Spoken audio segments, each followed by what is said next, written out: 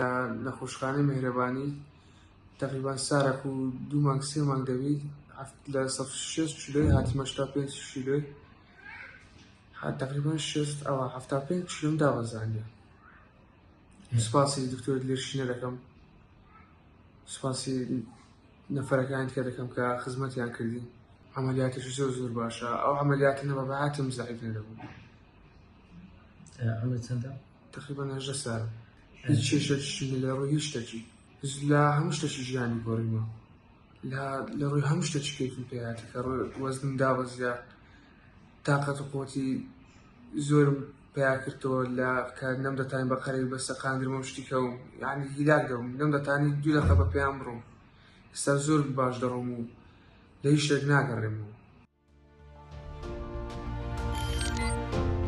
میهرەبانی، دڵسۆزی و لێزانی.